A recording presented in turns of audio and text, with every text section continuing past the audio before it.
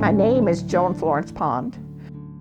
Taos, with its three cultures when I was growing up, has incredible history about Native Americans, the Hispanic community, and the Anglo community.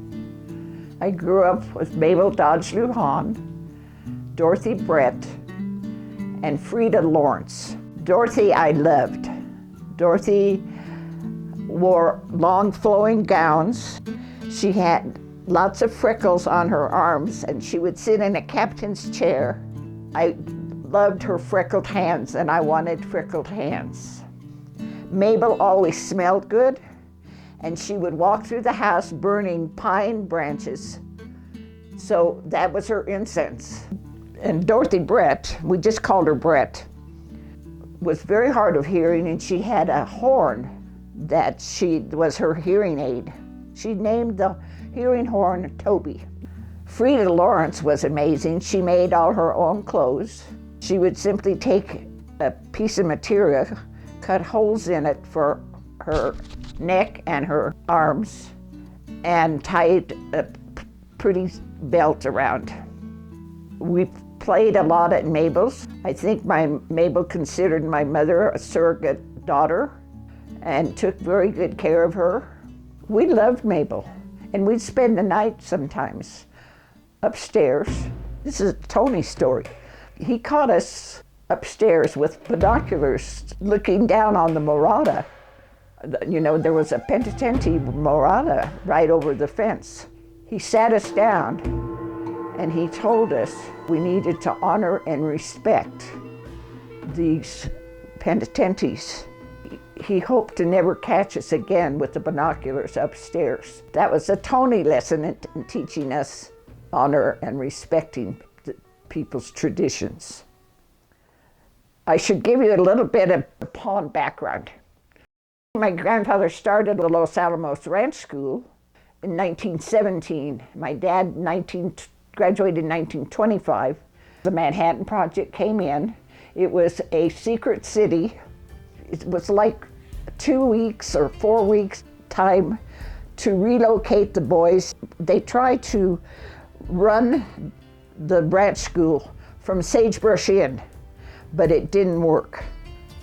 I guess my grandfather wasn't willing to give it a third try. You know, once in Waters, once in Los Alamos. I remember going up there, we would stop at the gate and you have to show identification. They had to find somebody to come and escort you into Los Alamos. Everything was hush-hush. Peggy and Firm had a house there on Bathtub Row. When Firm was working for the school, Peggy was writing poetry in a little cabin that sat on the edge of a cliff in Pajarito Canyon. But I was young, you know. The war was in 1942. I was, 5 years old? So I just remember having to stop at the gate, having to show identification. It was a guarded city. I was amazed when I read all this history that they got around as much as they did in these old cars. When we were growing up, we were at the Pueblo a lot. They'd have dances with drumming and dances, and then they would end it with the friendship dance, and we'd all join in. So the rhythm of the drums is very special. I have several drums. I have a big bass drum. I learned to play them, and I got pretty good about being able to talk in that sing-song way.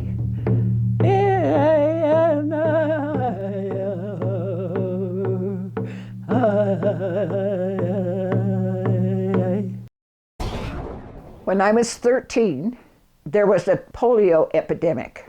Some of my good friends are no longer with us. One of them was John Randall. John and I used to be square dance partners. The Etzel family would let us square dance, I think, on Saturday nights at San Geronimo Lodge. After he got polio, he was paralyzed from the waist down and couldn't dance anymore, so he became a caller. and walked out with crutches and in a wheelchair. I got polio. My sister Gretchen got polio. Hers got the back. Mine got my leg. I think Gretchen and I were probably pretty lucky because my dad saw me running and throwing my leg out and immediately diagnosed the polio. And then there were several other people that I didn't know, and a lot of people ended up in, I think it's Las Cruces, with the iron lung. I am having some of the effects, along with old age and rheumatoid arthritis, et cetera, et cetera. But I continued to ski. My parents were avid skiers, so we went skiing every weekend. After the war, my dad bought a surplus Army ambulance. He would gather up anybody who was interested in skiing, and off we went. If our grades were up, we were allowed to play hooky to go skiing. I was not a good student because I preferred outdoors. I wanted to be outside, riding horses, riding bikes, ice skating, skiing. I didn't need to learn anything. I thought I was already smart enough. So we loved to ski. We had a skating pond in Kit Carson's Park, and the fire department would flood it, and it would freeze, and it was up to us kids to keep the ice smooth. So we ice skated, we square danced, but took piano lessons from the nuns at the Catholic school. And whenever you hit a wrong note, they'd take a ruler and hit your hand. And when my mother found out that that was being done, she pulled us out. We took ballet lessons from Jacques Cartier. And one year, he took several of us to dance at the burning of Zozobra. We went swimming at Ponce de Leon, which is the hot springs. It was a natural hot springs. It had bathing houses, it had a little store.